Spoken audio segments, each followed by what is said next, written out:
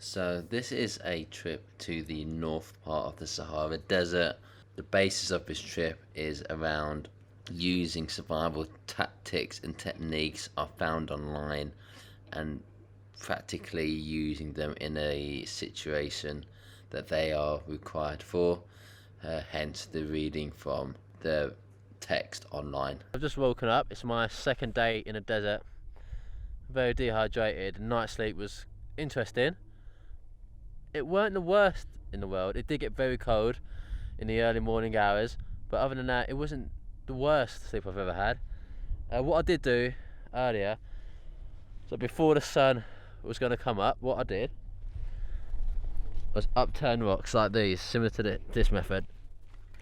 So I'd upturn these, and basically the coolness underneath the rock, which has been there from the day before and all night, that will allow dew to form on here. Now, I've done it to quite a few rocks. I don't feel like it's worked too well, but by leaving this metal can out, and by leaving this can out, what I've done is managed to get some dew forming. It's on a plastic can, but it seems to have worked.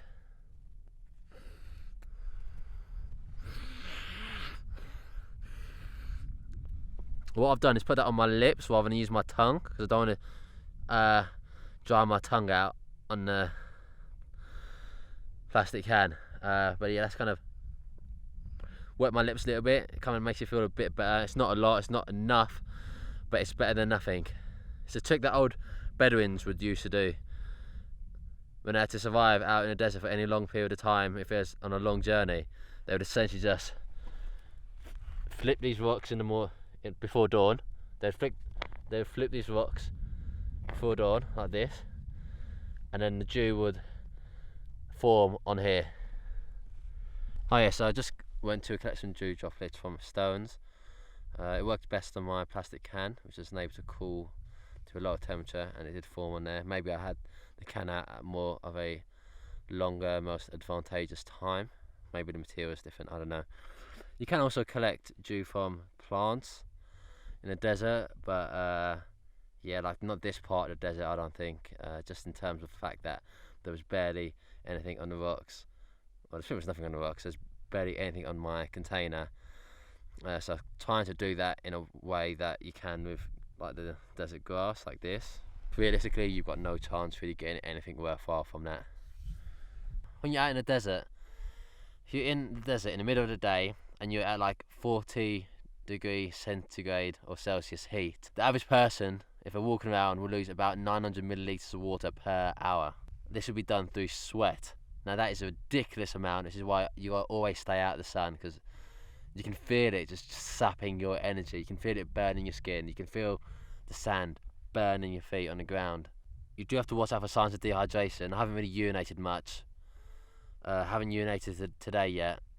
Yesterday when I urinated, the colour wasn't really all that good, which isn't really a good sign. That means that I'm sweating out most of my moisture, which is not very good for me. It means I'm not conserving that means I'm not conserving the water I've got inside me enough.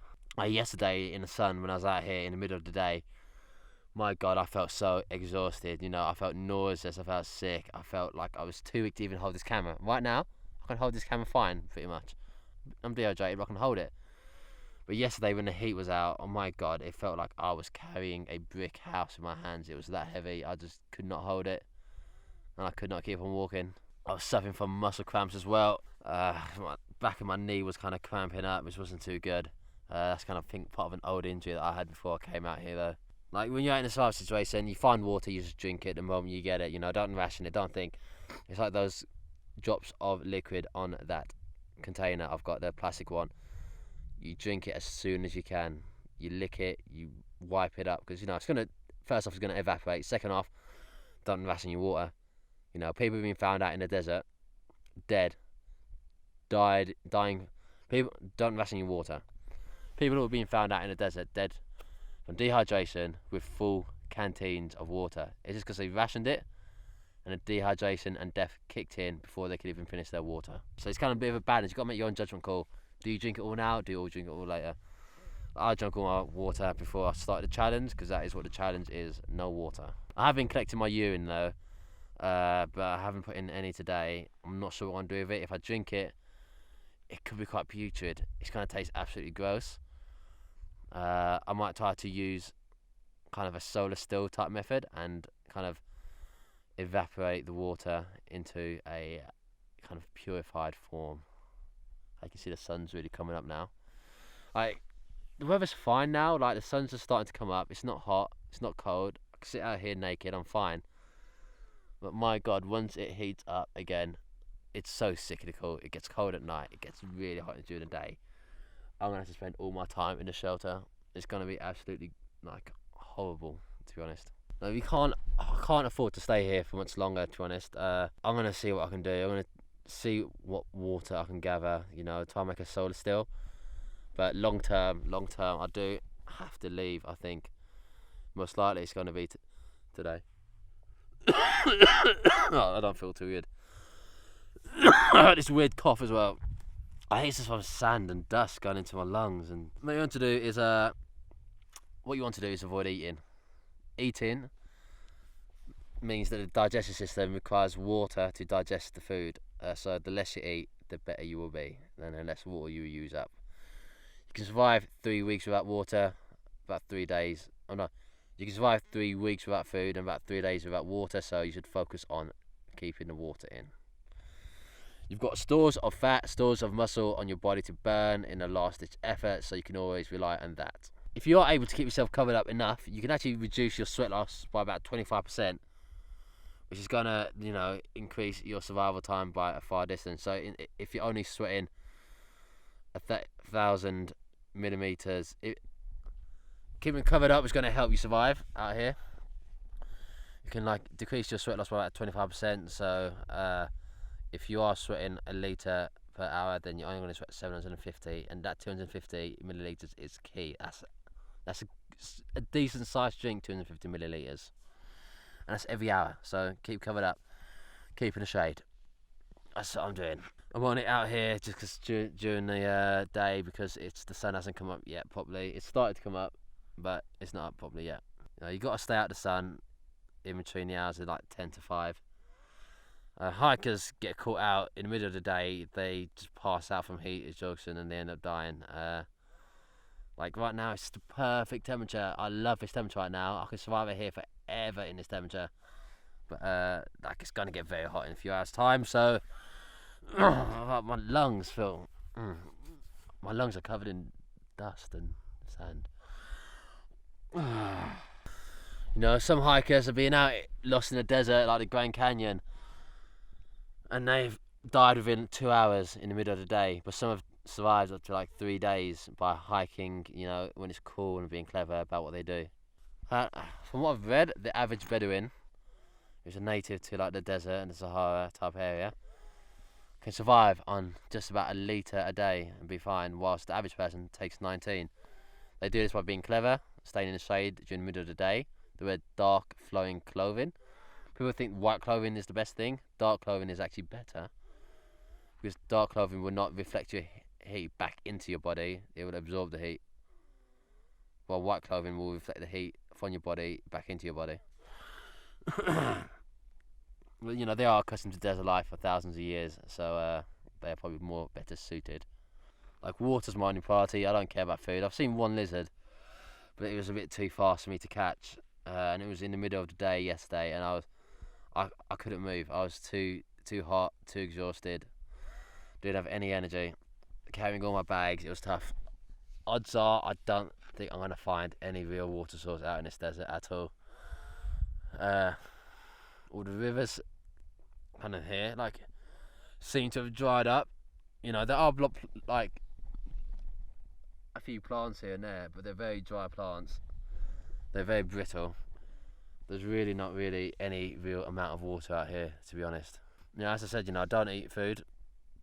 Food would only cause the digestive system to pull moisture out of the rest of your body, when in fact you really need the moisture to be in your brain, because you need to be thinking, and you need it in your muscles to be moving. You know, you don't need it in your digestive system.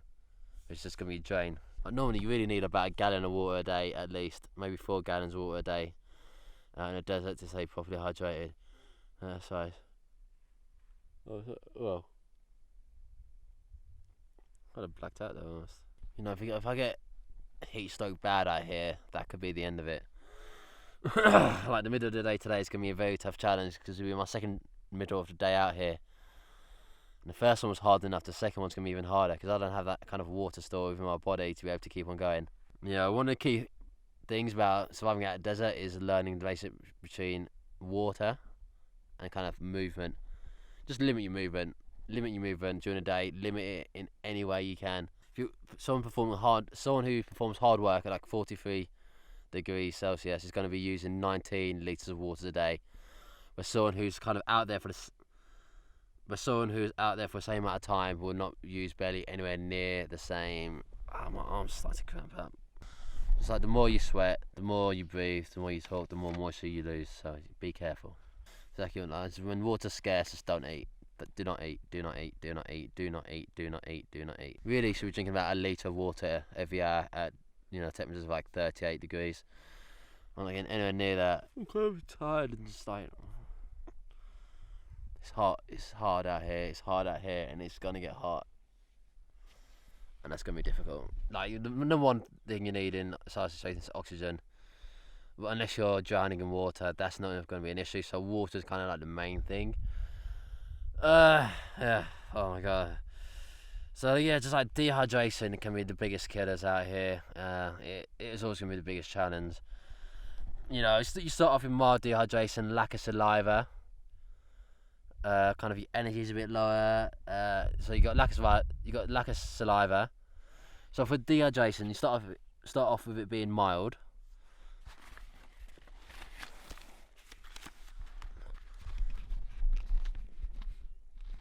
With dehydration, you start off with it being mild. You got like lack of saliva. With dehydration, you start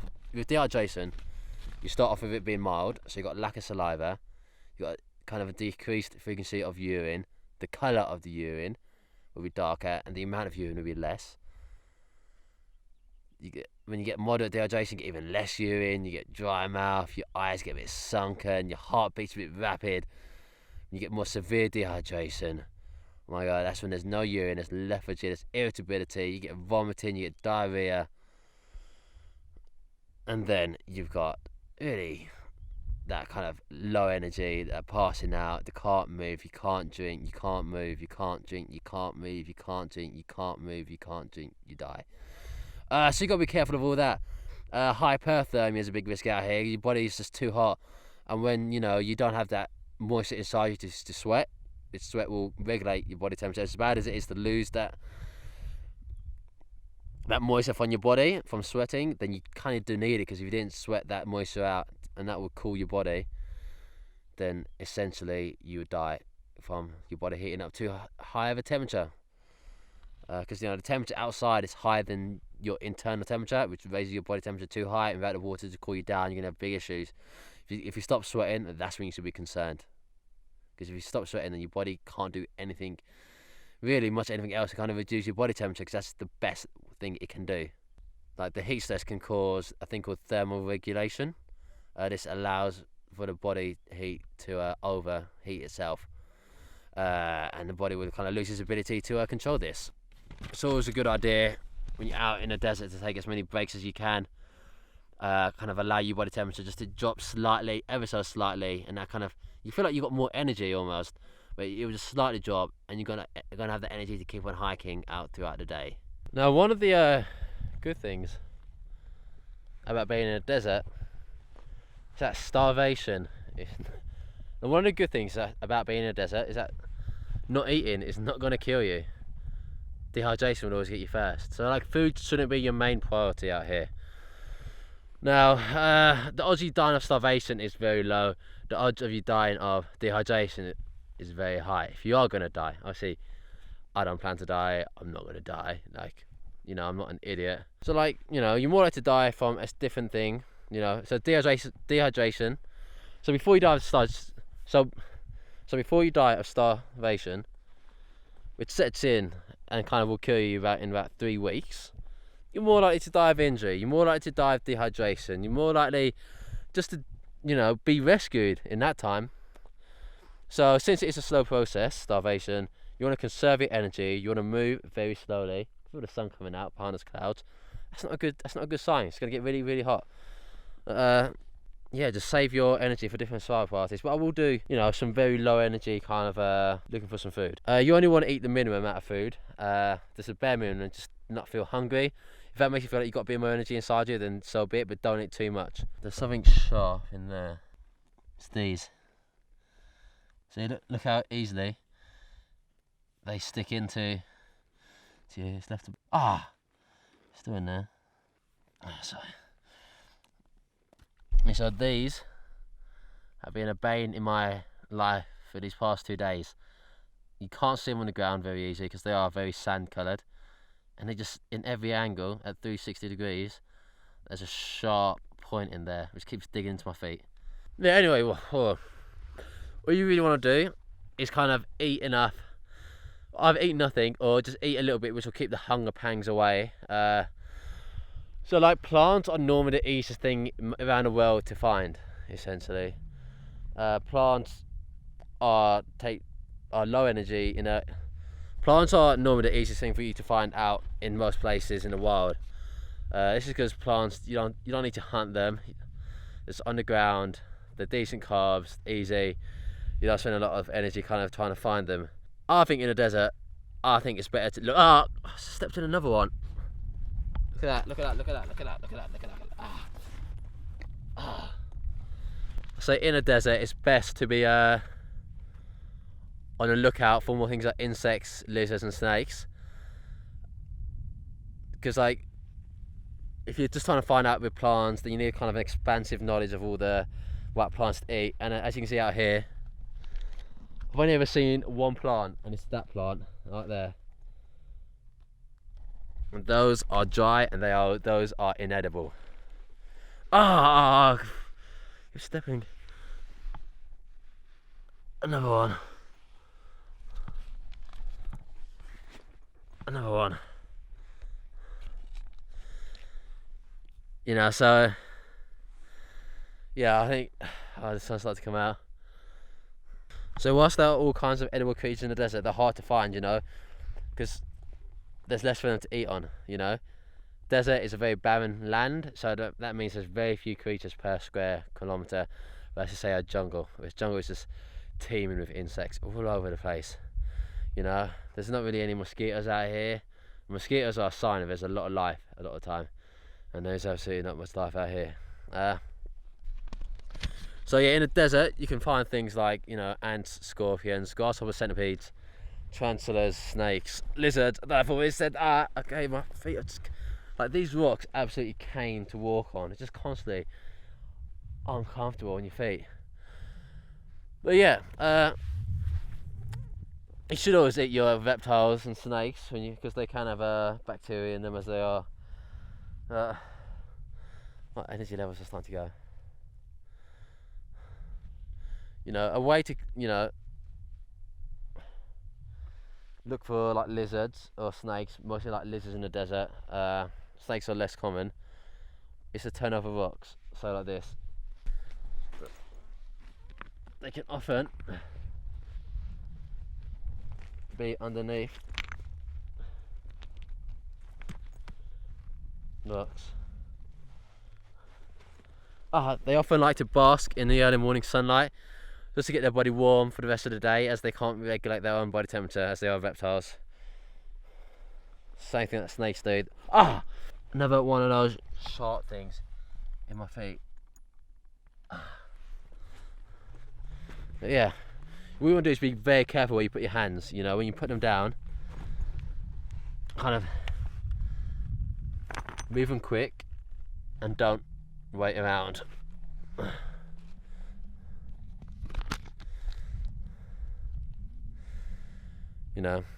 You're more likely to find plants. You're more likely to find plants.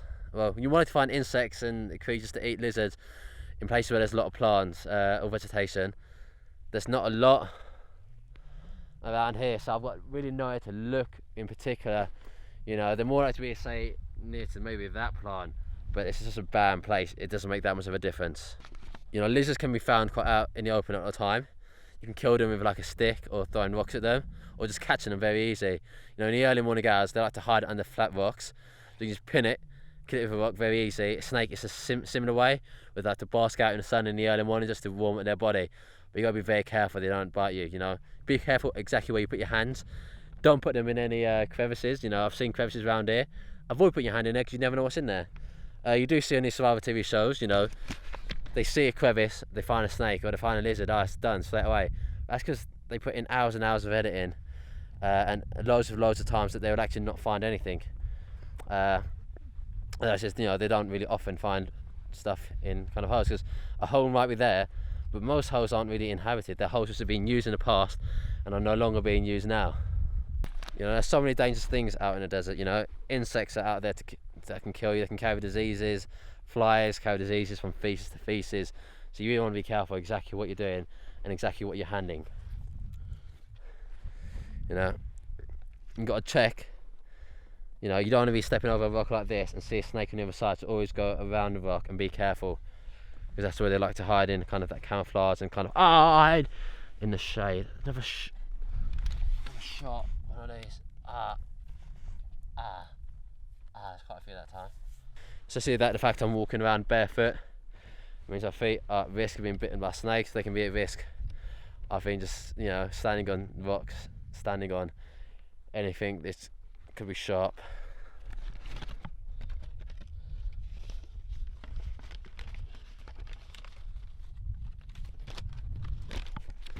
Like, you really want to find reach of vegetation. I think later today, I think I'm probably gonna have to leave this area, so I don't think I can stay here for much longer. You know, there's not really any source of food or anything. Yeah, if you do find food, don't cook it. It just dehydrates the food, and it's going to mean it's going to require moisture on your body to digest it, rather than moisture within that creature, lizard, bug, anything. You know, the more barren the desert, the less things you're going to find out there to eat. So I'm finding that to be very true. Always be careful. Like, if there's any place that creates shade, like your shelter, they can create danger for you. I think I'm done for now. Just rejoining me right now. So I was just trying to see if I could find anything behind this kind of layers of rock. It's kind of like this, kind of like breaking it down. Guess what I've just found?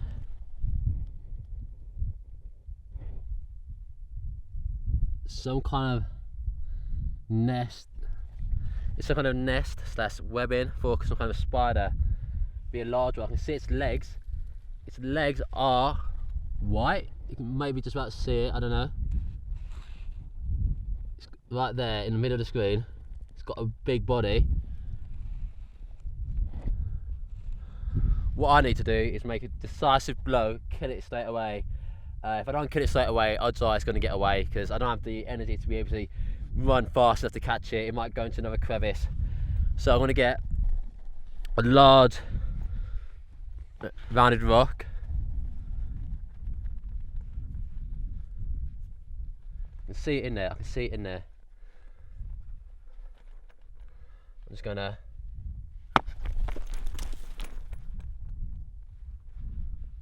don't know.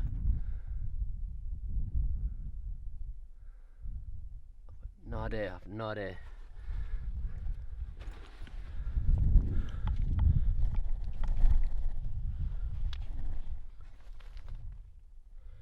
Okay, you can see, look at that juice. It's definitely made an impact. I think it's still in there. I'll look for a stick.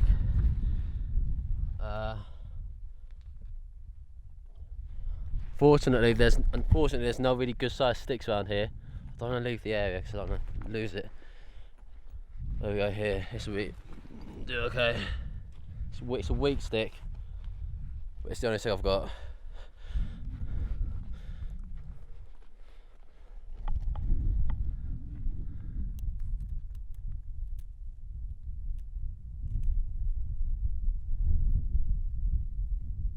There you go.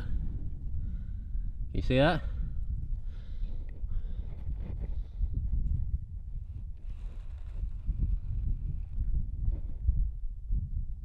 Got it.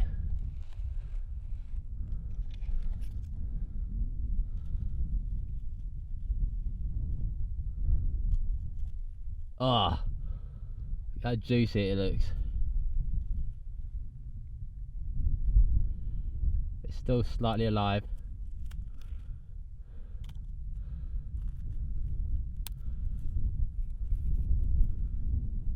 Oh.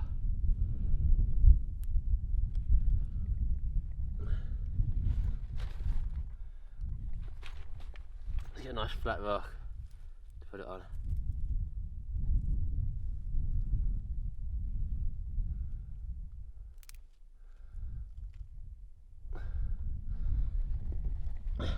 There you go.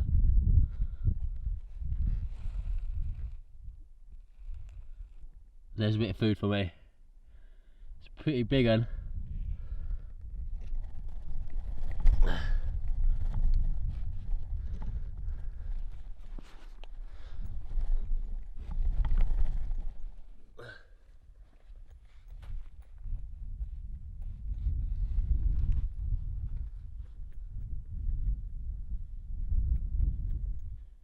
Now it's time to eat the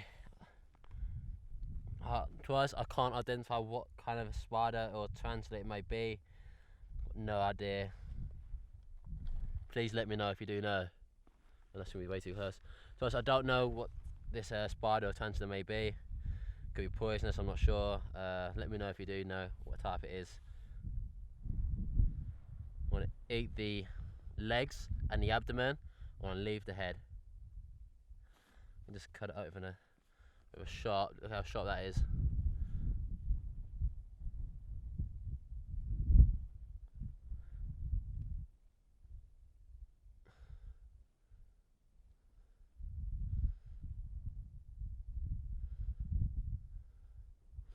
Put this down for 2 seconds.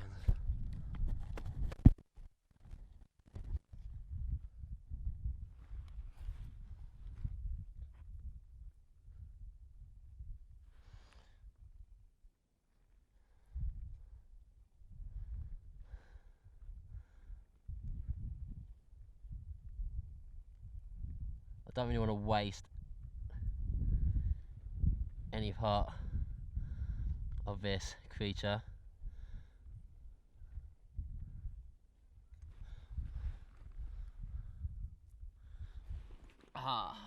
Yeah. Sun's starting to beat down on my back.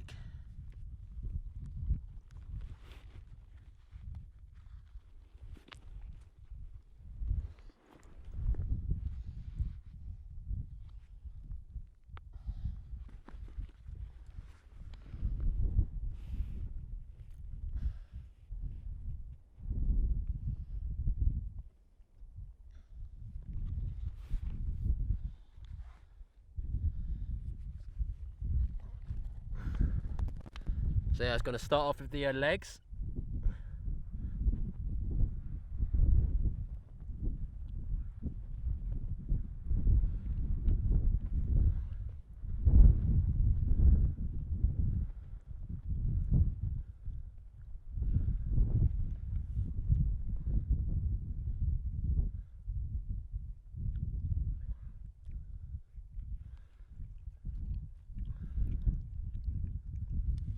They taste crunchy. Not too bad. You can see ants are trying to get at the spider now as they sense the food. They'd never be able to get a spider if it weren't dead.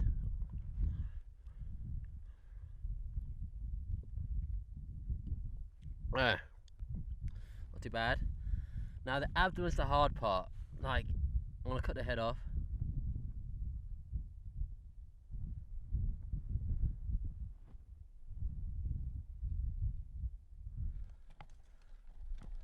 Let's get 2 more seconds to do it in.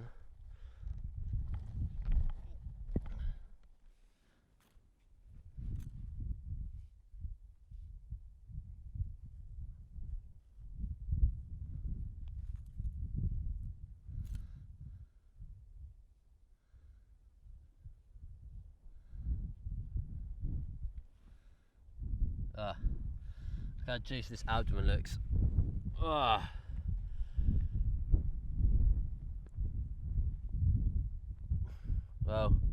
bon appetit. It's on the stone. I'll obviously not eat the stone.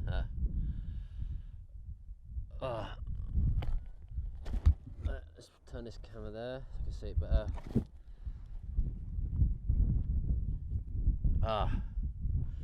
Here goes nothing. The juices will help hydrate me as well. It's going to be absolutely putrid and pussy. And puss-like, I should say. Just giving it a smell. Oh, I'm not looking forward to it.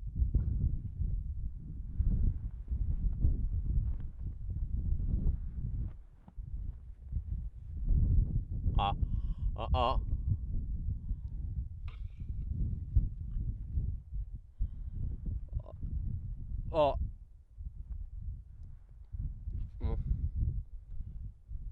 There's a rock in it.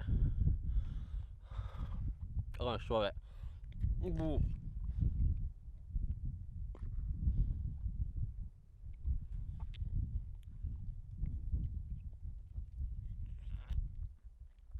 Oh. Ah, look at that. Ah, yes. Oh, oh God. Oh, that's gross. Oh. Oh. Okay, and there's just the head left. I do have to take out, there's a small rock inside there, so I have to take out, but my God. Oh, there we go, there's... That will keep that sustenance going. You should eat little and often, and that was quite a juicy spider's abdomen, so that will help keep me going. It'll help stave off those hunger pangs. And yeah, I feel like that's a positive for me. A nice juicy, I don't know, desert spider, desert spider most likely. What I'm gonna do now is gonna utilize the sun's energy, the heat, to get a solar steel. Now I don't have any waterproof kind of plastic like bin bags to kind of make one out of that. So what I'm gonna be doing is making a solar steel by using the greenhouse effect, using bottles. So here's a bottle I saw earlier. It's just so many sharp things in the ground. There you go, that's all. Now it hasn't really got, it's quite old. It hasn't really got any small holes in it, so it should be fine. What I'm gonna do, is create a solar steel using this. I mean, obviously you ask, oh, where do you get the liquid from to make a solar steel? Well, I've been urinating inside my black canister since I came out here yesterday. First off, it's got my urine in. Oh, wow, it's absolutely putrid. Now,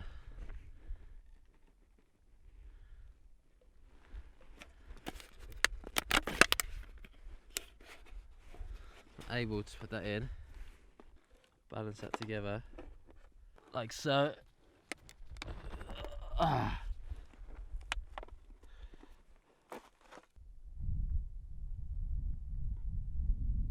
Now all I need to do is now seal this up with as tight a seal as possible. Probably can't use the lid.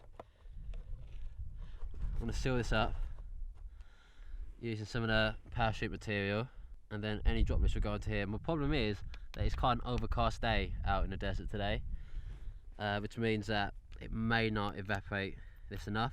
The advantage here that this is black. It's going to absorb heat, absorb the light, and this will heat up and make this evaporate. And evaporation will go through this tube. I'm going to use some parachute and cover this part up, and that will give it some shade, and that will give some good airflow around here, so it will keep it nice and cool. So that will turn into liquid at the bottom. But I do need to cut some parachute up. I need to get a sharp rock, and yeah, I'll be able to do that. Also, just cool it down by using dirt.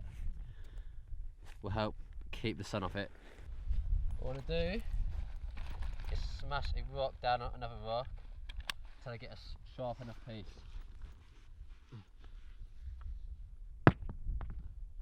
Like this.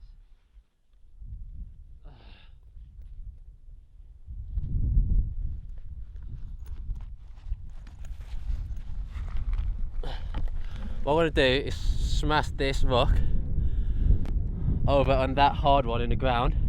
just more brittle. This one's to smash into a sharp piece, hopefully.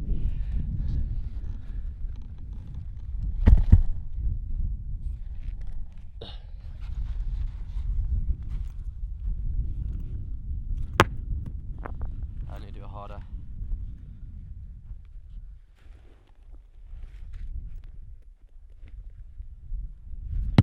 Missed it.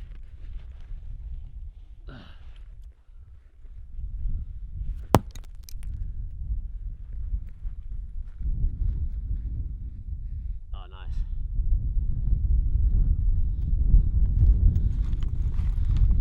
Look how sharp this is.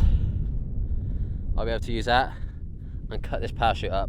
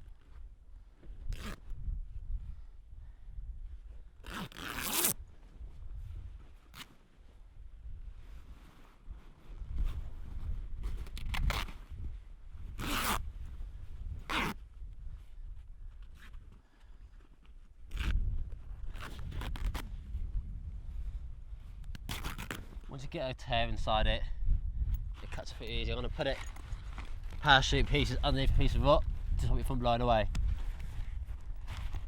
I think I need a bigger piece as well.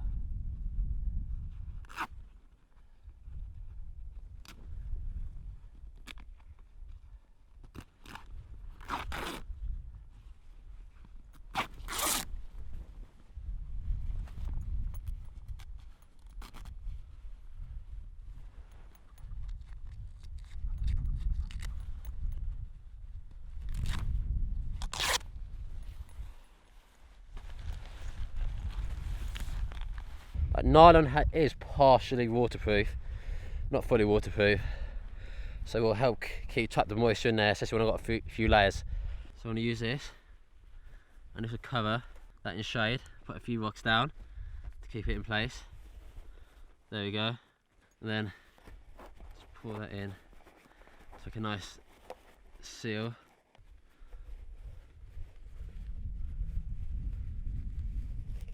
And that's sealed in.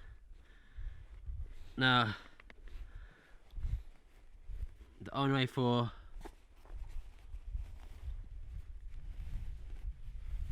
any, say, now that's sealed in, look at that, the only way for water to escape is through that tube, so it will evaporate and then it will condense in the new bottle, which will be a lot cooler because it's kept in the shade, as you can see down there. Now, my next move, so I've got to start thinking about getting out of here. So there's two ways of us I've got to start thinking about getting out of here. There's two ways to think about rescue. There's two ways to think about rescue or getting out of a place. You can either passively do it with signalling, or you can actively do it by making a move. Now, you know, my water supplies within my body are draining, so really I should make a move tonight. What I'm going to do in the meantime is create some passive rescue techniques, make an SOS sign, and making a little fire as well. It's really dehydrated. It's really tough out here. Like, my energy sap. Like every day is just getting harder and harder. The one thing which has saved I reckon it saved my life potentially, is that. Do you see that? I'll show you again. That. You see it? One last time. That. The clouds. Those clouds have actually saved me. The overcast day has stopped those clouds have absolutely saved me. The overcast day has stopped the sun and burning me, and increased my body temperature. You know, it's not as hot as it should be, or as it could be. So that's been my saving grace. If that wasn't the case, I think I'd be on the floor. I'd be on the floor completely. Like, I'm on the floor right now, but I'd be on the floor, like full on.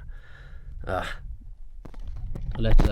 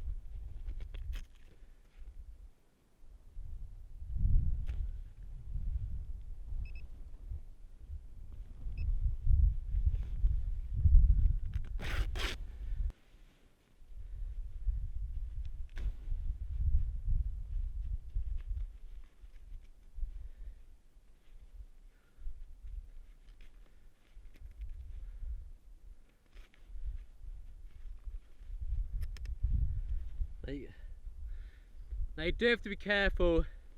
There's no snakes or lizards hiding underneath, so you got to keep an eye out each time you tear it. Make sure there's no scorpions or anything else hiding.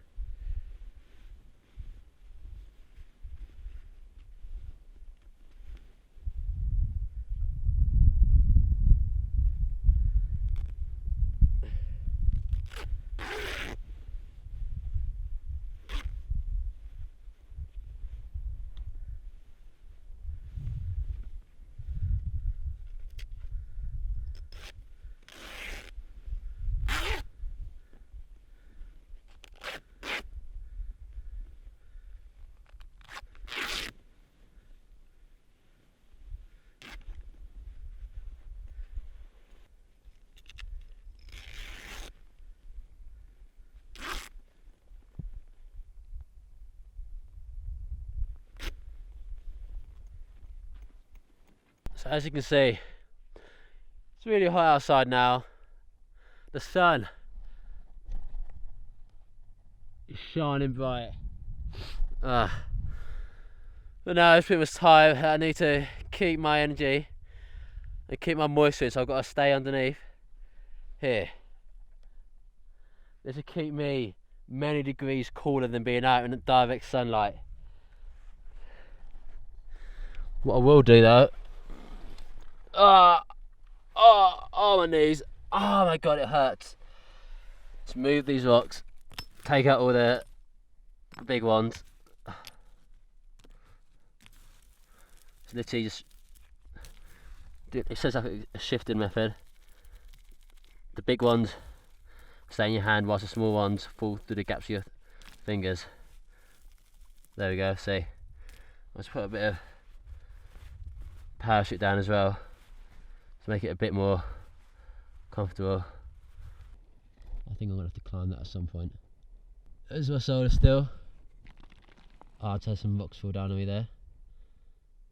Still working away. There's my parachute shelter. It works better in the night. During the day, it's not as effective as this kind of little cavern. Now I do have to be careful being in this little cavern. I have to check that there's no kind of because this is where I found that kind of juicy desert spider. You have to look if there's not any kind of lizards or snakes hiding in here, because if I like this spot, then for sure as hell lizards and snakes will like this spot as well. I'm not the only one who's going to like it here. I would say this location is pretty much prime real estate. My lips are so dry. Oh. I'm literally dying out here. It is so bad. It wasn't too bad this morning when I had cloud cover, but without cloud cover, this place is absolutely tough. I plan to leave tonight, leave this kind of spot, hopefully be out and get back to people by tomorrow. I know somewhere around that way there's an old river. It's probably dried up, but rivers generally locate near to people. You do have to be careful putting your hands in here, because you know a snake, you could like very much, you know, snakes like to stay away from humans because we are predators at the end of the day. But you have to be careful where you put your hands around here, because you know if you alarm a snake, then it's going to react very quickly in self-defense. Like, you've not got to be careful about the places where you choose to scope out. I've chosen this place. I think it's a good place. I've been next to it last night. I felt safe enough to sleep, so it's good enough for now. You know, the last thing I can afford is to be bitten by a poisonous snake. It's hard enough having these kind of heat issues, but you know, being bitten by a snake would make it 10 times worse, you know. So you've got to be careful where you lay down, you know. You want to be in shade, but you want to be in safety at the same time. So you got to kind of use your mind and make a choice. Like, I don't sit on the ground directly for 2 reasons. Firstly, the sunlight's been on the ground, which heats up the ground. Second reason is that it's very uncomfortable. When you're naked, you've got loads of little rocks kind of digging into you. It's not too nice. You know, a lot of the time, you know, scorpions or anything like snakes or lizards hide underneath the ground. My lips are so dry, even when I lick them, they don't get any dry. I mean, my lips are so dry, even when I lick them, like, I don't really get any more wetter, or more wet, as they say. So my lips are so dry, even when I lick them, they don't even get more wet, to be honest. They just get a bit gloopy almost. You know, the golden rule of the desert is to look where you touch, you know, look before you touch, actually. You don't, you know, find yourself stung by a scorpion which is camouflaged or hidden underneath the sand or underneath a rock, or a snake or anything like that. I feel like as I talk, by the end of the sentence, my mouth just feels so dry, everything just sticks together. Man, it's hard to talk, you know. It literally feels like my brain is swelling up at the moment. Feels like, imagine trying to squeeze a size 10 foot into a size 4 shoe. Like, whoa, it doesn't work. It does not work. Luckily, because I'm in a part of the desert, well, luckily and unluckily, like, it's been hard to find any food, or I haven't found any water.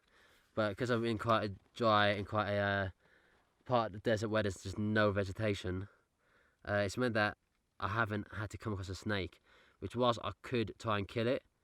But, you know, as much as I could try to kill a snake could try to kill me in the middle of the night, or might just be around the corner and just, you know, quickly, in self-defense, bite me in the leg or somewhere like that.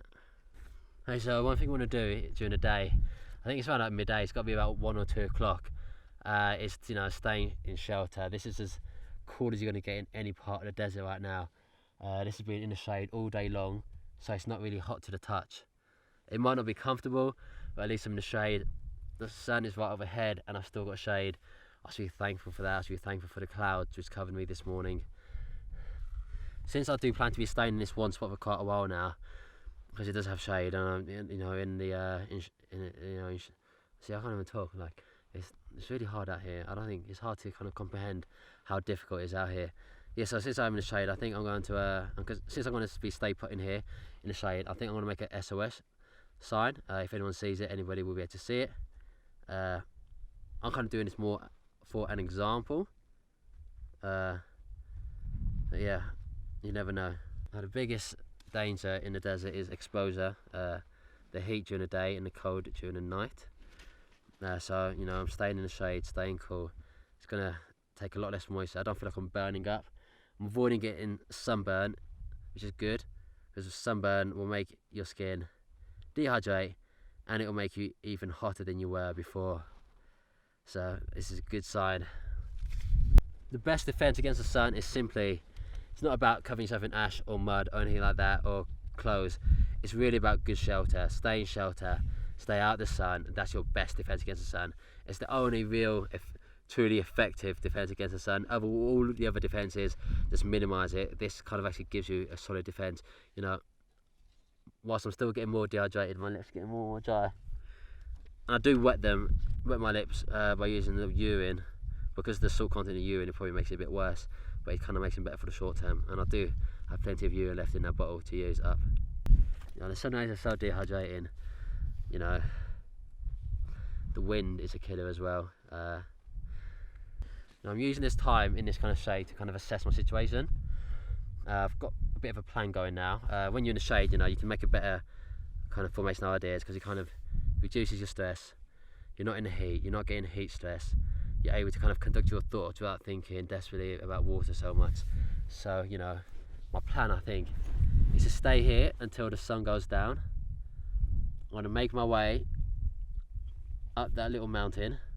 Like, it's a tiny mountain, it's more like that rock hill, pretty much. Rock hill, yeah. So I'm going to make myself at that mountain. Well, it's more of a rock hill, or like sand dune type thing. It's like a rock formation. Like a rock formation, yeah. So it's more like a rock formation rather than that. I'm making myself at the little mountain. I call it the little mountain. It's probably not that high. It's easily hikeable. It'd be hard to do in the sun and the heat, so I'm going to stay here until that time comes. Whilst I am here, I will prepare myself for the hike I'm going to have to make. I'm going to make myself some clothes, something for my feet, something for my hair to get the sun off it. So something to keep me warm at night. Yeah. You should always avoid trying to lick your lips, you know. And I do feel guilty of it. I lick my lips because, you know, your lips are kind of the most outwardly visible sign of dehydration, and it's like your body, your skin gets dry, but you don't really notice it. Your body inside is getting dry, but your skin gets dry, but it's not that bad. You know, your body's getting dry inside. You know, you're about 70% water. You probably go down a few percent. You go down any more than a few percent, you'll probably end up dying. But the lips are like an outward kind of organ in a sense, and they're quite fleshy and quite moist normally. So when they're dry, it's really quite noticeable. You know, shelter is the most important thing. You know, shelter from the exposure of the sun. You know, this shelter's really been quite handy, I think, having all this rock. It's very cooling. It's very cooling. But I've got to be careful. If it does kind of pour down, I don't know, it probably won't. It's the desert.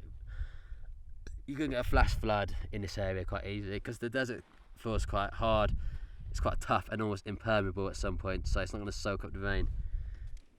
It's almost like concrete, to be honest. God, I do feel like I am suffering from heat exhaustion, to be honest. It's not so bad now I'm in the shade, but whenever I'm out in the sun, it just absolutely kills me. I don't know, if you have to be kind of aware and take aware of these things, you know. I don't really have much of a medikit. I don't really have a medikit at all, to be honest. So we have to kind of see what we can do. You know, what you want to do to avoid this is kind of work during the evenings and not during the day. During the day is the worst time to be moving, because you're going to be feeling the heat so much worse than at any other point. So the first thing you kind of get is like heat cramps. This is because due to the lack of salt. So first thing you do is get heat cramps. It's just due to the lack of salt available in your body as you kind of start to lower those levels. You lose the salt through excessive sweating, so your body starts to cramp up. Is that sense? You get muscle cramps in your legs, your arms, anywhere you can kind of imagine. To be honest, most of your legs and arms, about your abdomen as well. In this case, you know, you should always just, you know, get out of the shade and just relax at that point. I feel like I've had more heat exhaustion than the cramps. The cramps haven't really kicked in. But I just find it, the moment I find it hard to walk, I kind of stop walking and get shade. So that's maybe how I'm avoiding heat cramps, to be honest. So I feel like when I've been drinking some of the urine, so that kind of helps with the heat cramps, I think, because you kind of do need some essential salts in your body. So whilst, you know, salt can dehydrate, you do kind of need it, and I've lost a lot of salt through sweating. You know, heat exhaustion is that I think I've lost a large amount. You know, I feel dizzy in the sun. I've been sweating a lot. I've been feeling a bit nauseous when I get in the sun. When I'm in the shade, I feel 10 times better though. There's not a lot I can do, you know, you just have to wait it out and tend to make my way out. Starting tonight, I should be out by tomorrow, which is the plan. From knowledge of the local area, I think that's the best way to go. And I'll be doing it later today once the sun goes down. But if I was to get into a heat stroke situation, that's when it all goes wrong. Because heat stroke is hard to kind of get out of it unless you've got a good source of water. At heat stroke level, even in being in the shade, it won't help you. It doesn't matter how fit you are, how healthy you are. You know, you're more likely to get it if you're old, but you know, you can be 25 and still get hit by them quite hard. You know, a heat stroke is literally a complete failure of all your body's methods of trying to keep cool.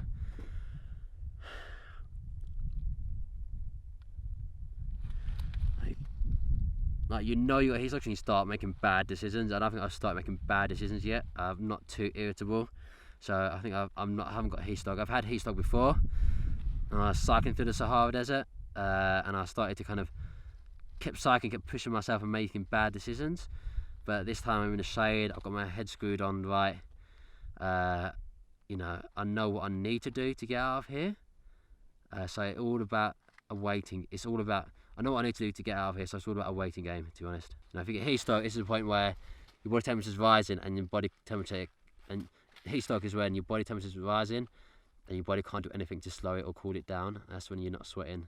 Luckily, I still feel a bit of sweat on me, which is kind of good, kind of bad, because I'm losing moisture, but at least it means that I'm keeping cool. It's when you stop sweating is when kind of you're in trouble, you know. You get worse, if you get beyond that, your legs start twitching, you know, you pretty much pass out, you can't talk, you can't breathe. The hottest part of the day is now gone. Luckily, we've got some more cloud cover. Look, I'll be honest with you, the survival out here has been aided so much by the cloud cover. If the sun was out right now, I'd be burning up. It's really warm, don't get me wrong, because the sun goes up, like, in and out of the clouds, but I would be burning up essentially. Got myself some materials all put down. Turn up this, I'm gonna make a poncho out of that, and this I'm gonna make a rescue sign. Now I'll show you what it is once I've made it. I've already unfortunately cut my hand by tearing through this all, but yeah, let's make the rest of this, because I need to be hiking out tonight. Gosh, I just stood on a rock, it always bloody hurts. Out of shot. Look at this all pretty much. Almost finished.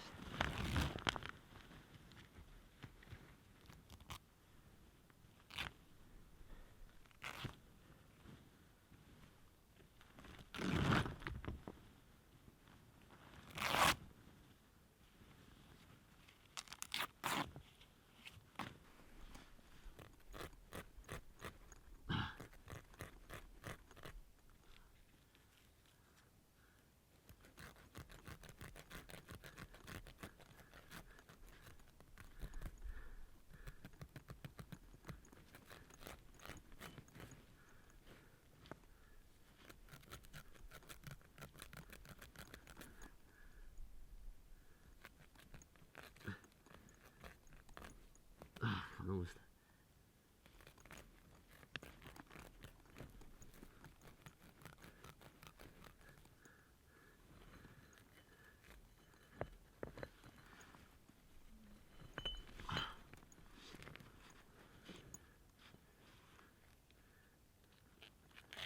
Just gotta cut through.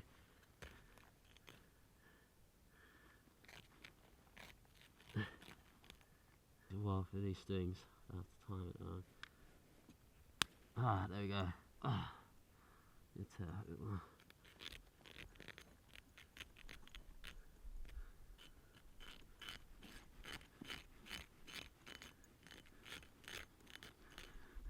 Everything is so much harder without a knife. Ah, that's how my foot hurts.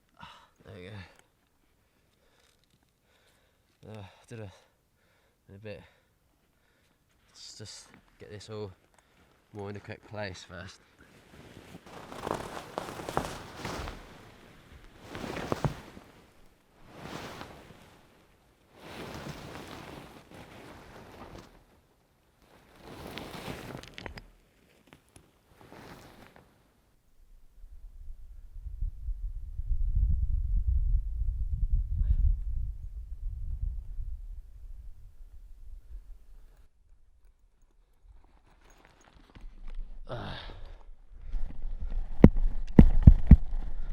Okay, so yeah, what I'm doing now is I'm going to put this parachute into the shape of a V.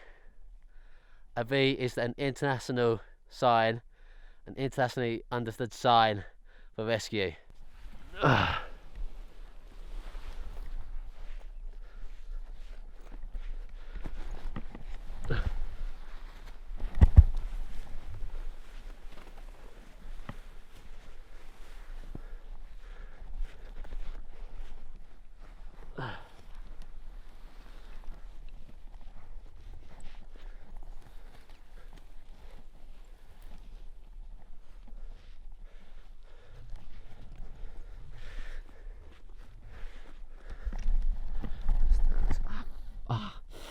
It really pins my skin.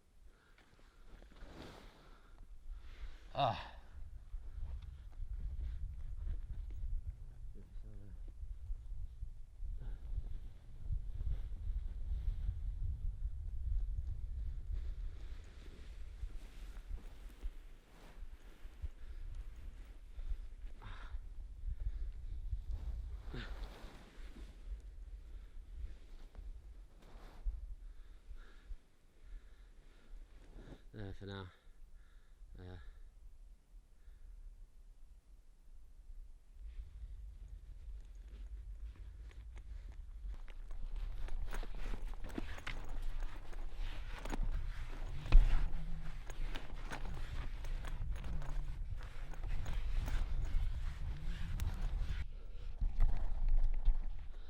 that.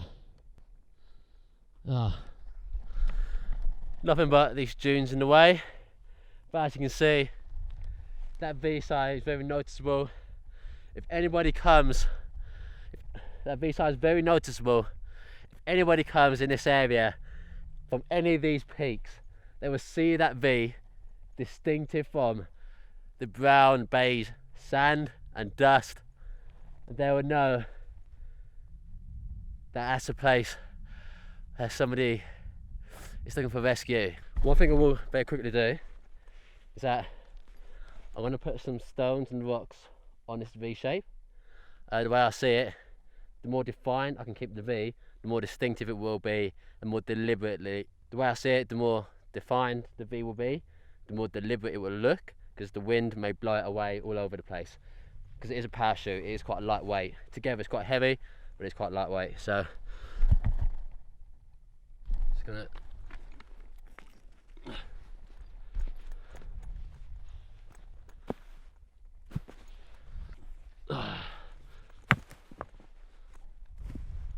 There we go.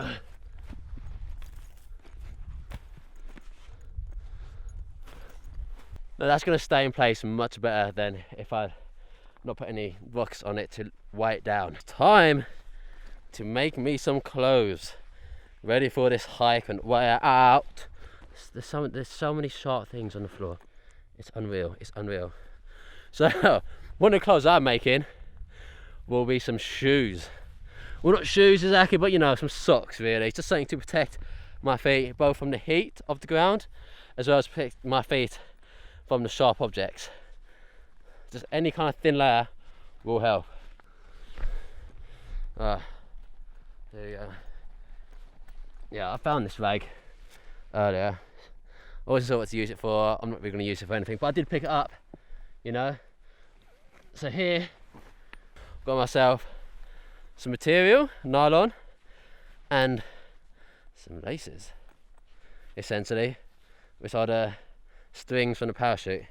Just got some pen marks on my leg here, so you put your pen there instead. My feet.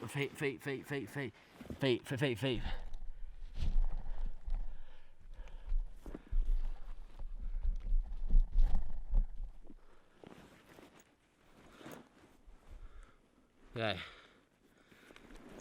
So here we go. First off, this will be perfect shape.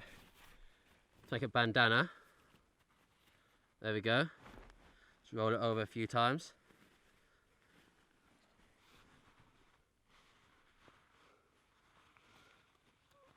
That's going to be able to do a nice loose fit. That's going to keep the sun off my head.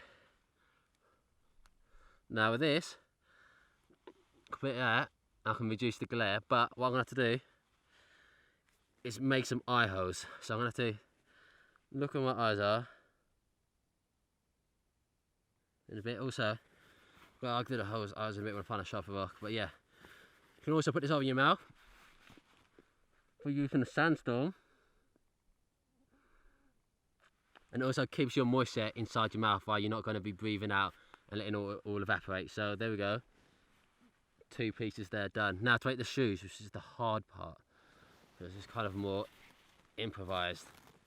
Okay, so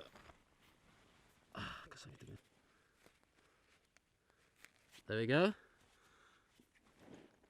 A little shoe. It's actually a lot easier than I thought it was going to be.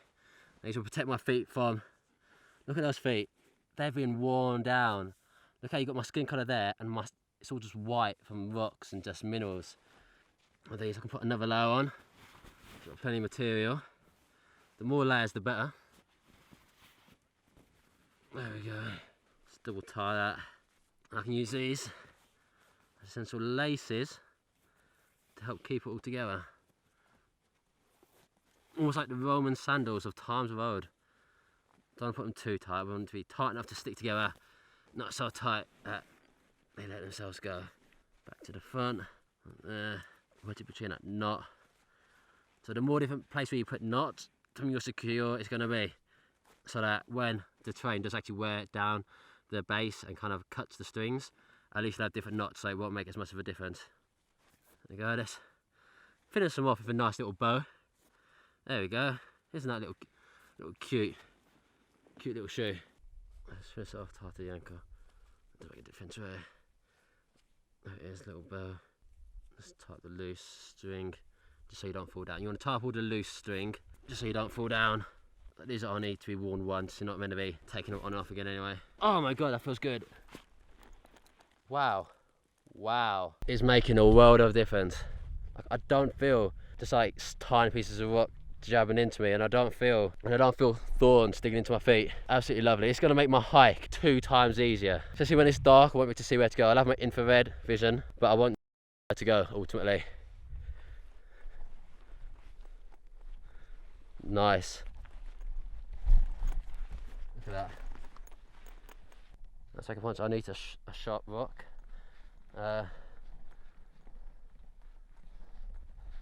Should do.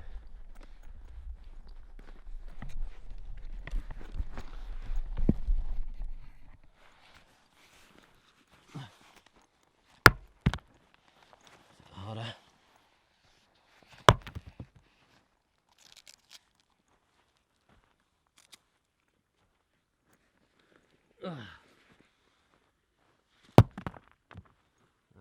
Oh, there we go. Look at that. This isn't actually from that attempt. I think I did this earlier. As you can see, it matches the same type. This earlier when I was making my one earlier. So this one is very sharp, and I'm a big fan. Okay, just match.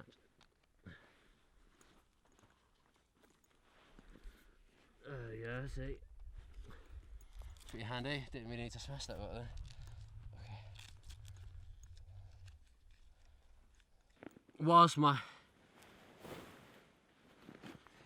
Whilst my feet aren't in pain, I just sat down on my bare butt, and it's quite uncomfortable still. Okay, so here we go. Poncho. It's around about the middle.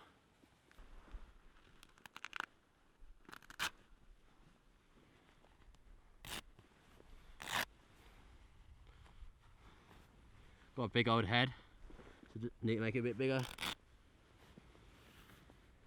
There we go.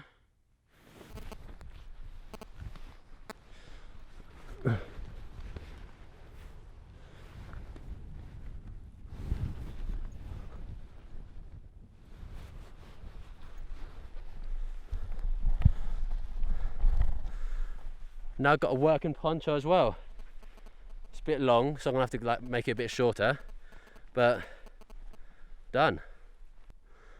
Obviously I'm gonna have to take it off now because it's not gonna be useful until later on in the night. But yeah, it's gonna make few adjustments, but that's gonna keep me warm in the night because it's nylon, it's not really breathable. So in the night it's gonna be lightweight, yeah, it's gonna keep me warm. The winds are picking up. That could be a sign of a flash flood coming. Now when the winds are picking up, the skies are as grey as this in the Sahara Desert. That well could mean a storm's coming. As much as I would relish a storm, I am naked and I will get cold very easily. Hope it doesn't come.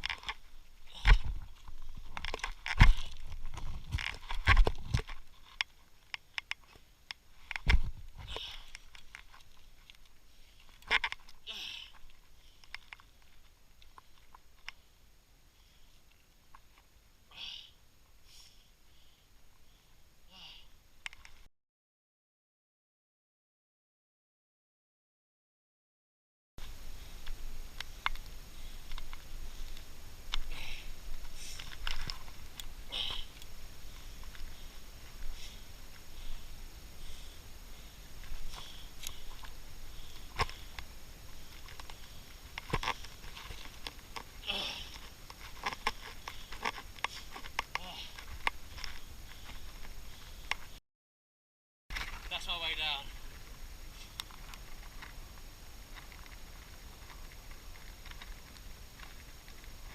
The way down. There's buildings there, and that means people. People there, that means safety.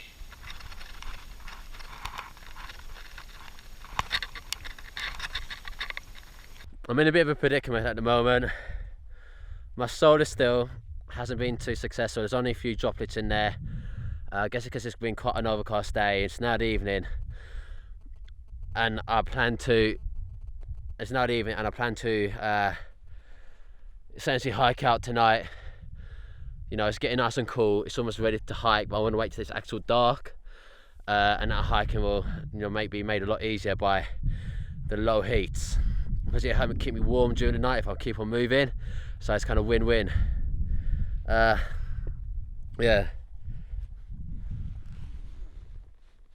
As you can see, there's literally only a few droplets in there. It's literally just a waste of time. Yeah, so you know, you can't have every technique you do be effective. I've avoided drinking my urine so far, but it might be time to. I've only used this to wet my lips so far, but now I'm gonna have to drink it. You know, it's not a great survival tactic, but in a short-term situation you need it. And I'm losing energy.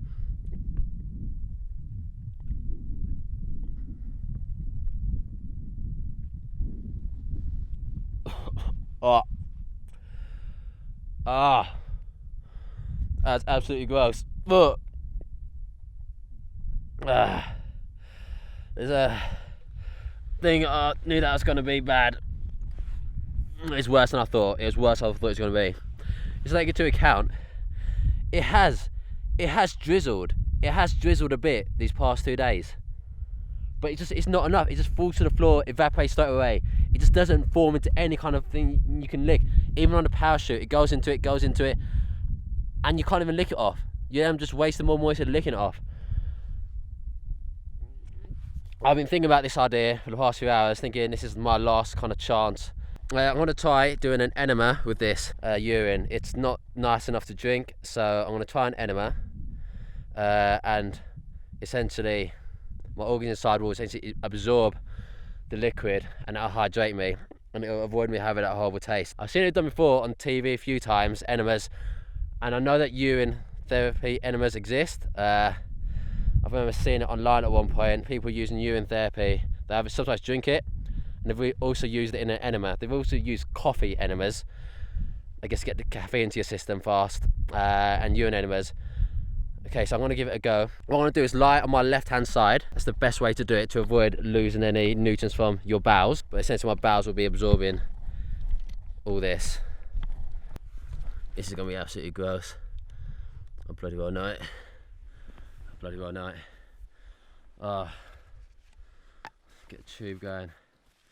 This is what happens. I'm so desperate for hydration, and I need this for the walk. You don't realise how, even it's overcast now, I haven't had a proper drink in the Sahara heat, and I know this could work. It might not work, it could work, but we're going to give it a go. So put this inside, not too deep. Because when I tip, I'm going to tip it upside down. And tipping it upside down will cause the liquid to flow through. I'm going to try to tie this around to make a kind of plug to stop water from coming out the sides.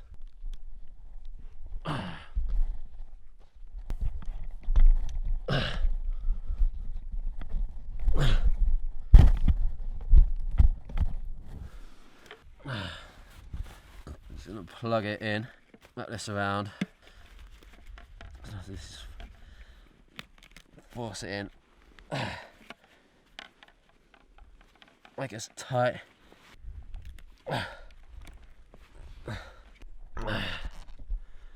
Okay, as tight as still as I'm gonna get. It's in too deep.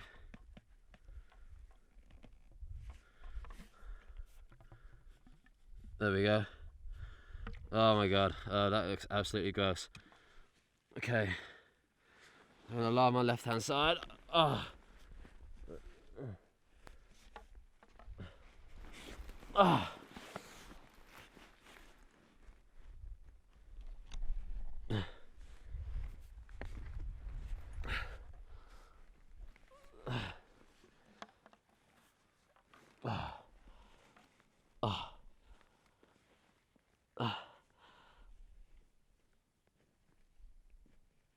Oh god, it's not going in.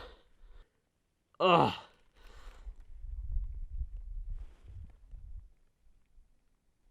That's in. Oh my god, that's in. Just Ready for nothing. Other side.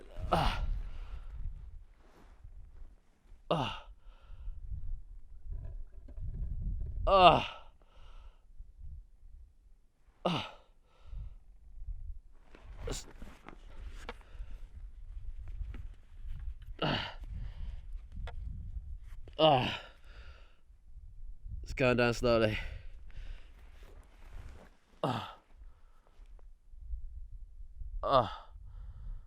There we go.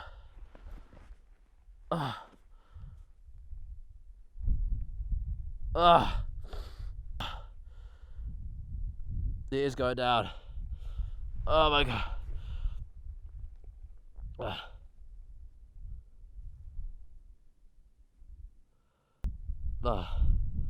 Let's sit for a bit.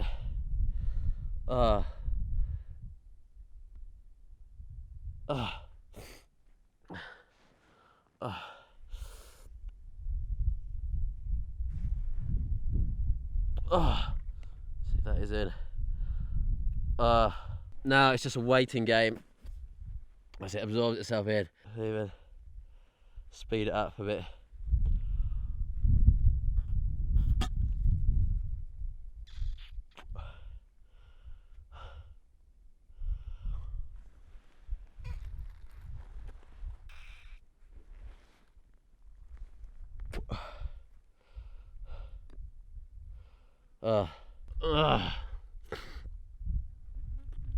I feel so much better after anyway. Like, I don't feel like I'm fighting fit, but I feel like I've got some moisture inside me. I'm just at the moment avoiding bending down, as that might force the release of those fluids out of my kind of rectum, because essentially I want to keep it in there as long as I can, and as my kind of my bowels, my rectum, whatever, is going to just essentially absorb it all up, and it's going to kind of be used throughout my body.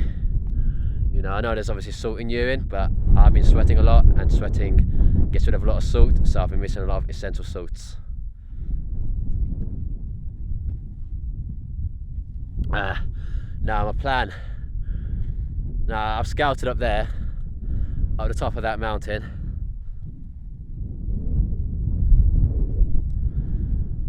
My plan is to head yonder and go out from there.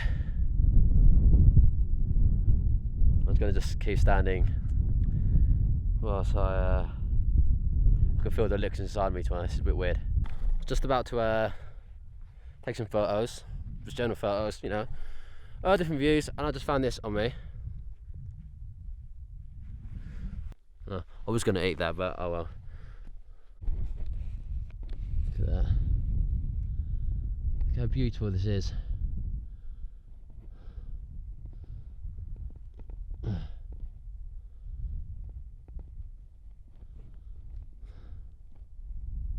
It's beautiful. As much as you're out here surviving, it's easy to forget how beautiful Africa is. Look at that. Like light shining down from the heavens. It's absolutely beautiful. I've got a long trek ahead of me tonight. My bags are almost packed. I'm getting ready. We're going to make a signal fire first, I think.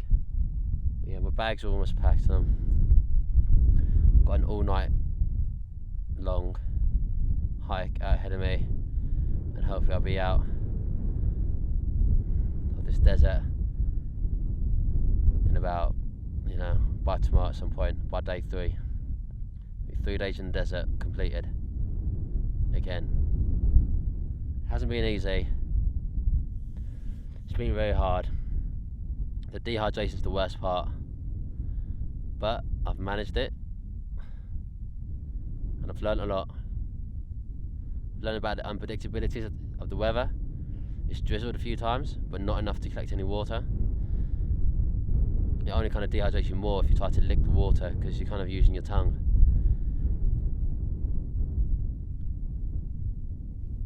You know, my feet are absolutely caning. kind of stepping on the little sharp pieces all the time. But at the moment I feel serene. I think the sunsets are always my favourite part of the day. As long as the weather's, as long as it's not raining, it's not too cold, nothing can beat a sunset, you know. No one is seeing this sunset from this angle. I'm the only one in the world at the moment who's seeing this sunset from this angle, and it's absolutely beautiful. Like, it's breathtaking. Like, it was as painful as this trip has been. And sometimes when I'm struggling and it hurts, you know, I forget why I'm doing this. I forget why I put myself through all this pain. And that sunset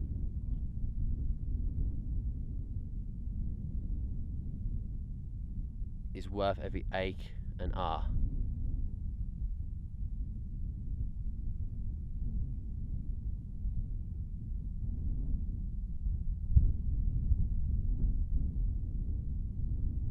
You can see the moon in the background there. By the way, this light is an infrared light. It's not a light which I can see anything with. It's purely infrared. So this light isn't a light, it's just purely infrared. Yeah, I'm out here in the desert at night. It's pretty intimidating a place. But what I've kind of done whilst I've been out here the whole time, I've avoided making a fire during the day. This is because make a fire during the day, all you're going to do is end up heating up the area where you are. You're going to get hot, you're going to get dehydrated faster, you're going to lose moisture. So making a fire at night, and resting for a fire at night is not just for the warmth, because I'm not really too focused about that. It's not too cold at the moment, but the focus right now is for signalling. Now what I've done is come up a hill, so I got the best vantage point possible around.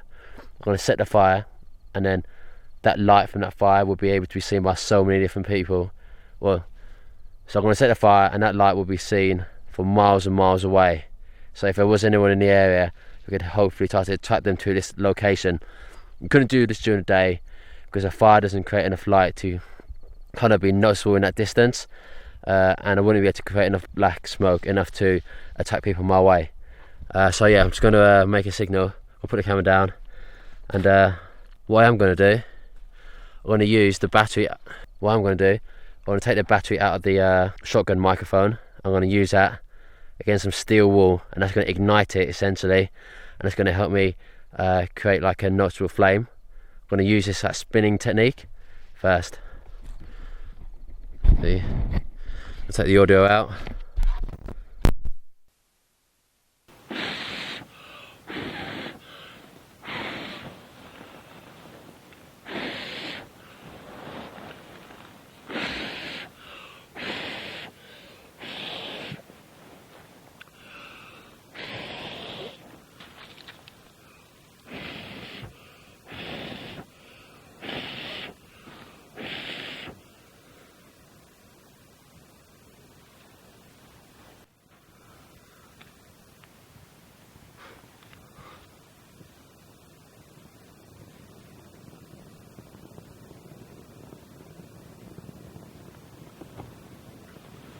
As you can see, this fire will be able to be seen from miles and miles away.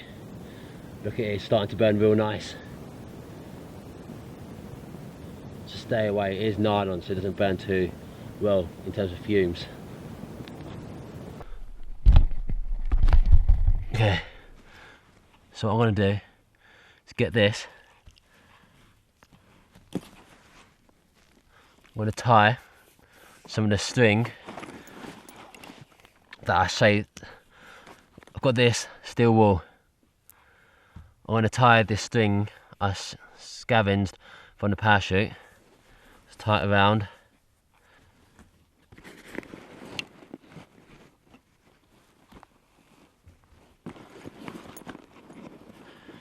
And I've got the battery for my shotgun microphone. Let's see.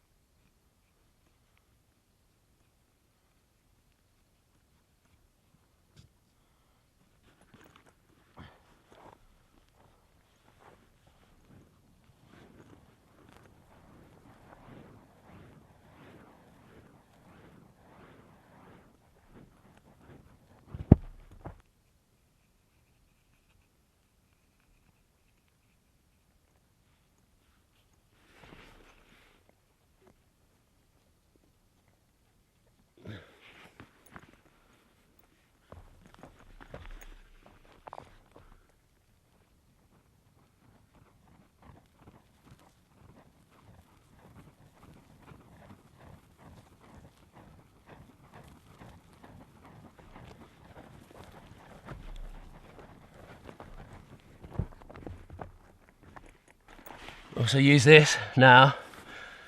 Now that will take anyone's attention if they see it in any distance. It's quite an irregular way to create light, but it seems to have worked. Now what I will do as well, I'm going to use this to light up the parachute. To me the parachute's dead weight. Should be a dry night. I'm going to be hiking the whole night, so using this parachute is pointless. I made shoes, bandana, mouth guard and a poncho from the parachute, and this is all the remainder that's left. It's dead weight, I should burn it. It's going to create a fire, which you can see in the distance. Nylon does kind of set alight fast and burn quickly. It's not a slow burner, so let's have a look.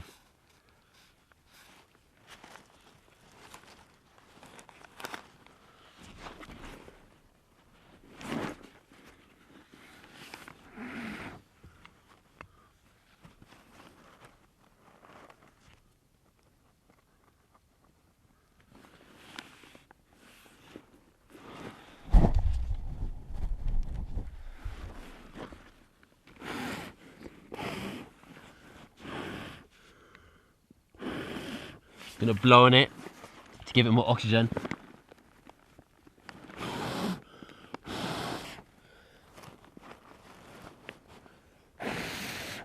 Stop the smoke up. It's a good sign.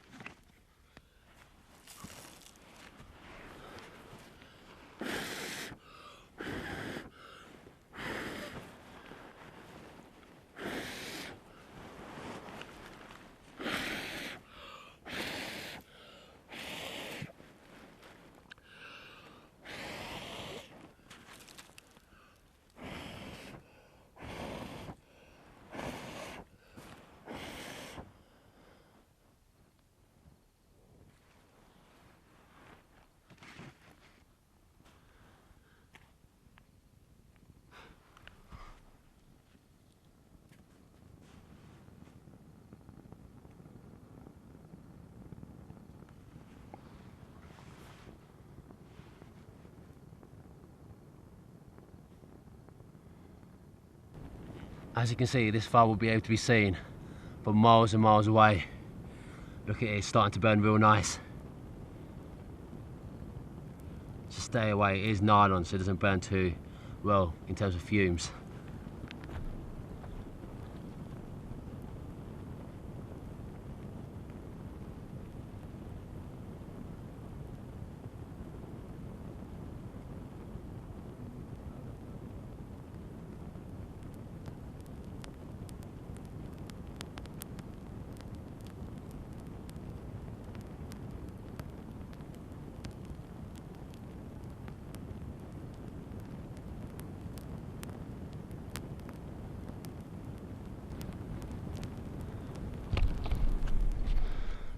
You can see that fire going.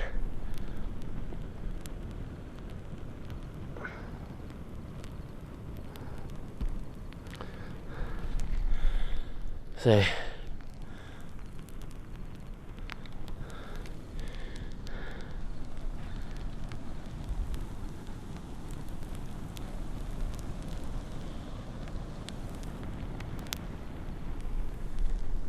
It burns very well. It's rare to be seen.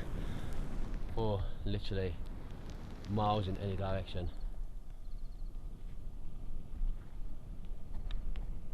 At this point it's brighter than the moon, so yeah, it's gonna let it burn.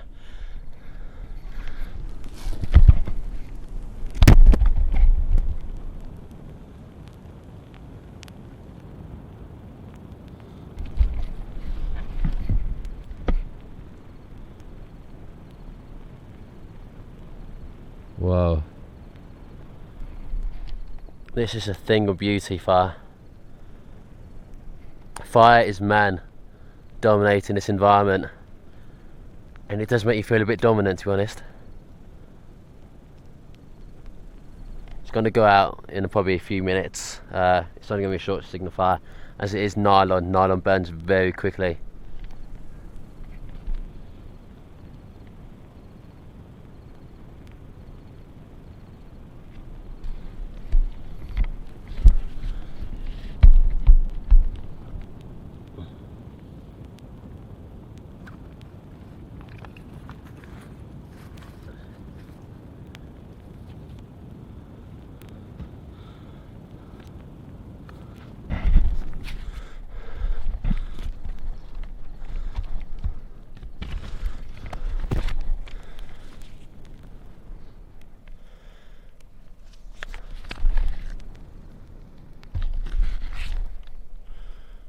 Now, if I wanted to make a more long-term fire, I could have used a lot of kind of shrubbery, like twigs. They wouldn't last it forever. There's no logs out here. It's kind of the desert. There's nothing big, just quite short places, kind of short. There's all there is out here are like short, very short trees. Now the only thing out here are very short, tiny little shrubberies. That's it. But yeah, this is gonna be a nice quick fire. Get rid of my dead weight. It's gonna put a signal out there. So if anyone did want to rescue me, they could very easily do that. For the time being, this fire will also keep any snakes away from me, if there are any snakes or lizards. You know, they're not a fan of fire. They don't like crossing into ash. Don't know why. Maybe they don't like it. Maybe it's also down to the fact that fire generally means humans, and this is like a wildfire, like a natural fire. Fire generally means humans. Fire really is beautiful. Kind of the glow has a very old time fashioned feeling to it. Okay.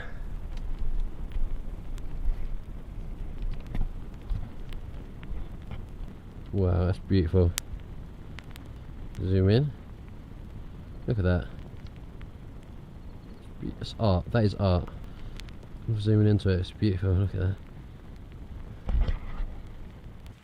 You don't realise how much better you feel in the night when it's cooler versus the sun when it's shining down.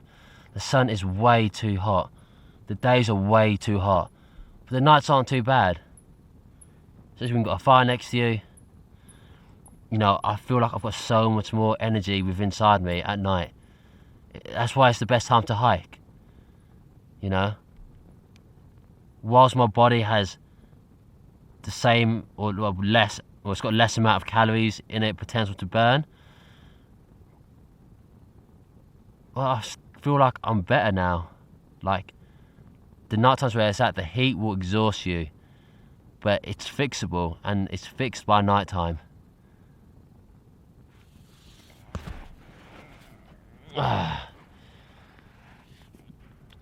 It is absolutely beautiful to look at.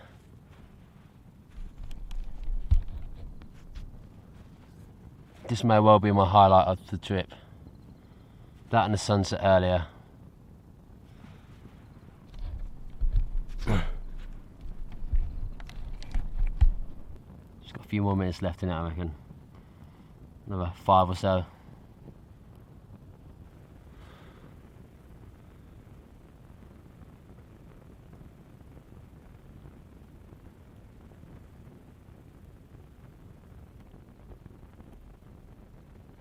The only problem with rescue in the Sahara Desert using light or fire at night is that there ain't nobody around.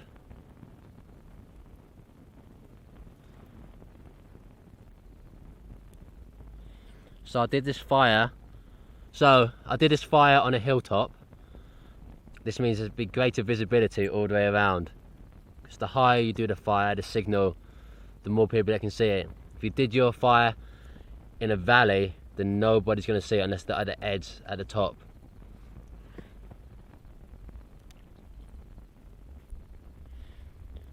One of the positives about this fire as well are that it keeps the mosquitoes away. I've been feeling myself being bitten by flies and mosquitoes around here a bit earlier in the evening. This fire will keep them away for some time. You know, they're not a fan of ash or fire. Fire's about to go out soon. But yeah, the idea is that I made this fire on the top of a hilltop. This means that it have greater visibility in the distance. If you just make a fire in the valley, then only people who are higher than you will be able to see it. But if you make it on a hilltop, you get greater visibility in greater further distance where people can actually see the fire. So it's going to go down soon. But the only problem with making a fire in the Sahara Desert, even especially at night, is that there's just goddamn nobody around. You can light the biggest fire you can in the world, but if there's nobody around to see it, then what's the point?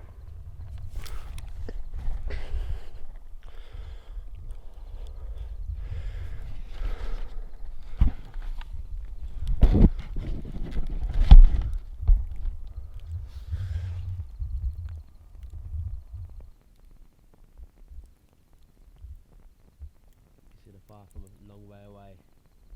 A very long way away. It's brighter than the moon at the moment. Brighter than the moon.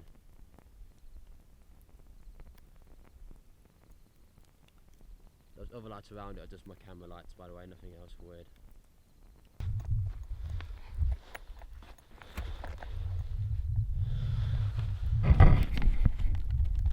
Well,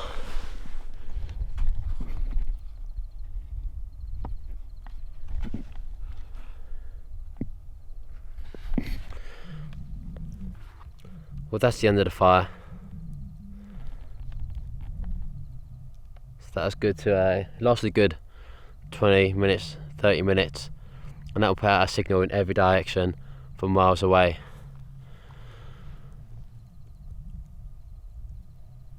Now I'm going to get over to start hiking and rescue myself. I did a recon going up the mountain earlier, and I know which distance and I know what direction. I did a recon and went up the mountain earlier, so I know kind of essentially what direction to go in. But you need to take into account also the distances. It's hard to tell distances, especially when you're up that high. It's very hard to tell distances, especially when you're up that high. You know, my lips are quite dry. Yeah, so it's very hard to tell this. It's very hard to tell distances when you're up that high, essentially. Partly because of, you know, the whole different viewing angle, and also you got to take into account the fact that essentially when you're out in the desert, because everything looks so familiar and repetitive, you know, something looks a mile away, then in reality it's probably 2 miles away, and so forth. But I'm gonna just pack up my cameras now and get going. Just again, this is a infrared light. This isn't a actual torch.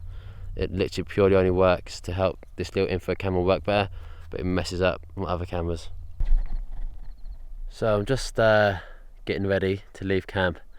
I've been packing my bags, double checking that I haven't left anything. I'm going to start hiking out, and so yeah, just pack my bags. I've been kind of checking that I haven't lost anything. Just going to start hiking out now whilst the sun's down. You know, it's gotten a lot more cooler out here. The cooler it is out here, you know, the less energy, the less sweat, the less stress I kind of go under. But I do feel myself currently being bitten by, I think, mozzies. I haven't had any issues with them yet since, but like, because the weather's kind of, obviously, because now I'm having issues with mozzies. Did have issues with them last night because I was underneath a parachute and I was asleep, so you wouldn't even feel them. And now I'm awake, I do kind of notice that they are kind of biting at me. That goes to show ignorance is bliss, because I bet they were biting at me yesterday.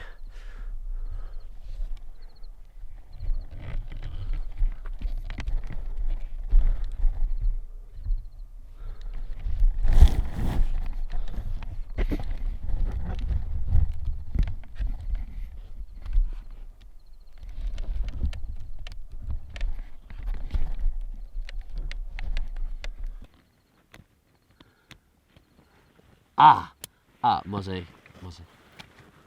They always go for your back because the back's the one part you can't scratch.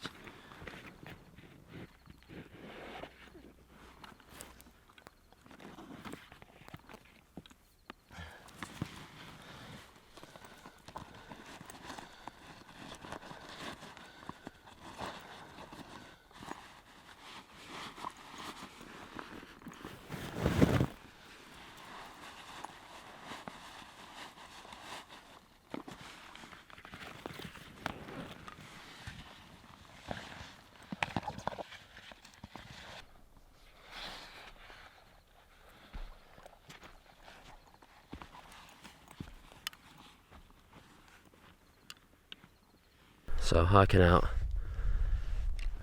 visibility is poor. It's weird having this kind of big bag back on because I'm kind of sunburnt, naturally sunburnt I guess. I'm sunburnt now.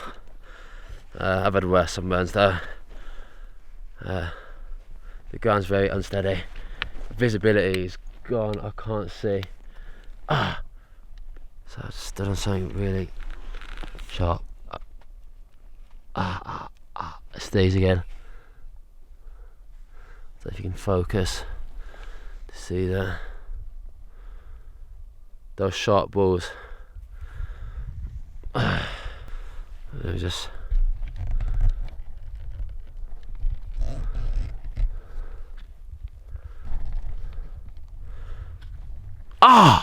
Again. One of those sharp balls. What I will do is I'm going to use part of the parachute. I'm going to use part of the parachute to mark my way out. So if anyone does go to my camping and find my camping area, they're going to have arrows to see which direction I'm heading in. You use these like an arrow shape by getting itself to double back on itself. I'm going to use rocks to keep it to place, just so when the wind does blow, it won't blow it away. No, I think it looks pretty good. It's a pretty decent arrow shape, pointing that way. When you're out in the wild, you don't want to ever have to rely on just one method of survival. The hell was that?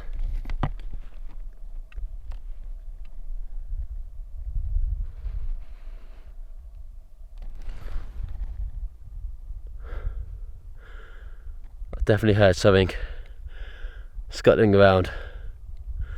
It was fast. It's near my feet. Anyway, let's hike on.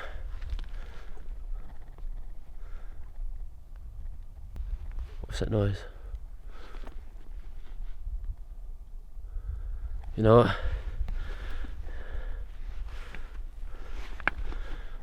What's on here?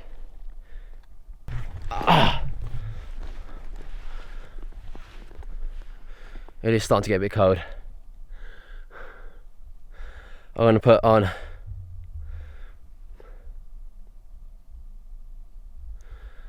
starting to get a bit cold. I don't want to have to waste energy trying to keep warm, so I'm going to put on my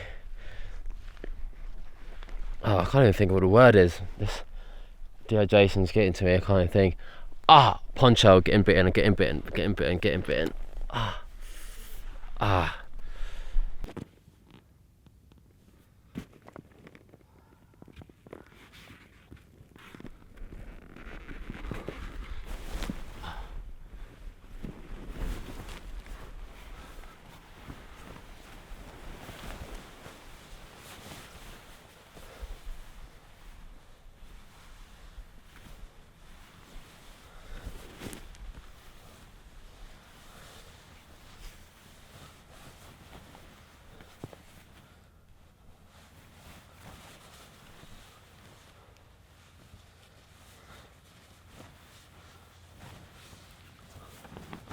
That's better. That's so much nicer. Oh, so much nicer.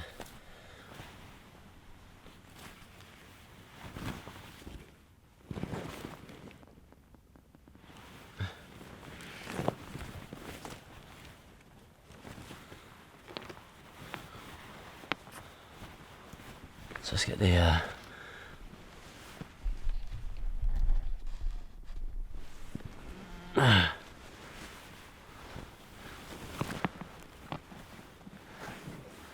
then on.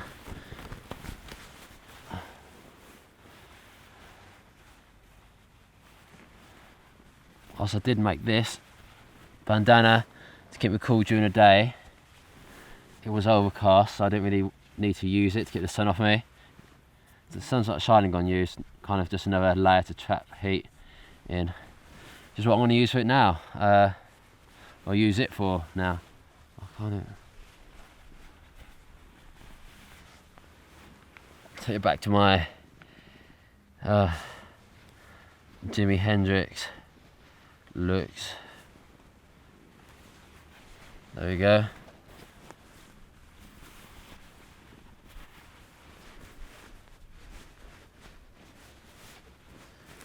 Fold it, Fold it again. Refold it one more time. And then. Since the head is one of the major heat loss zones of your body, it's going to keep the heat in. Just need to rest for a second.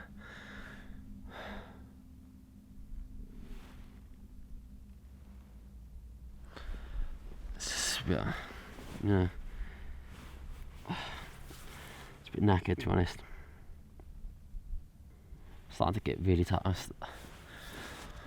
I need to start moving again soon because I'm getting tired, and if I get tired, I'm gonna fall asleep. I think that's. I think that was my other camera. I think the SD card's full. I'm too tired to care about that, to be honest.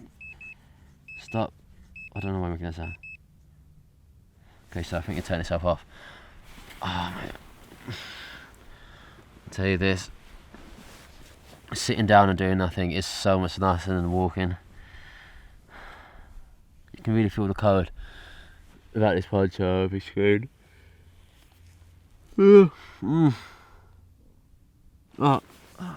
So it's not.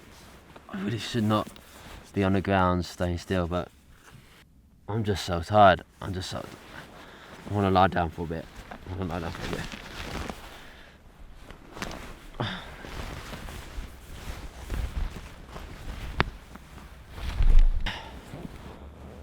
Let's use my bag as a headrest. I need to turn off. I don't have the energy to mess around with cameras, so I'm just going to turn this one off.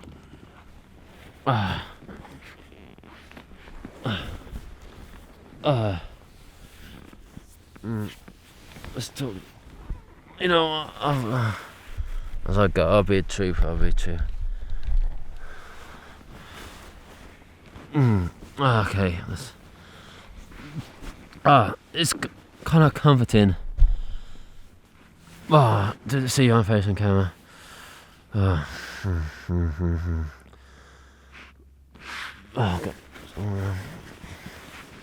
It's not. My nose hurts.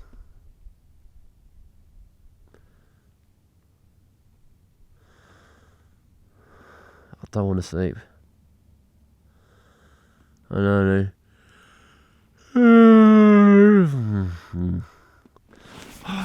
I do need to have my time walking. I need to sleep at the same time. Like, I can't do everything. I'm getting bitten by mosquitoes unless I want to. I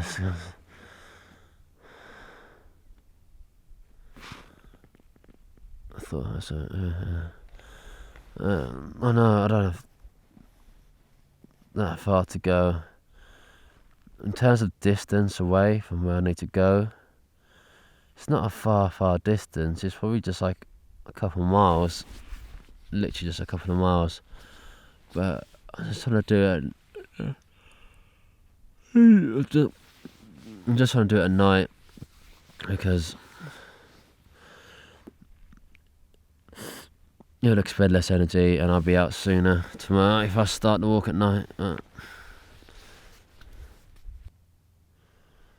Let me go sit. I don't know why, I'm always tempted to look at the camera even when I'm sleeping.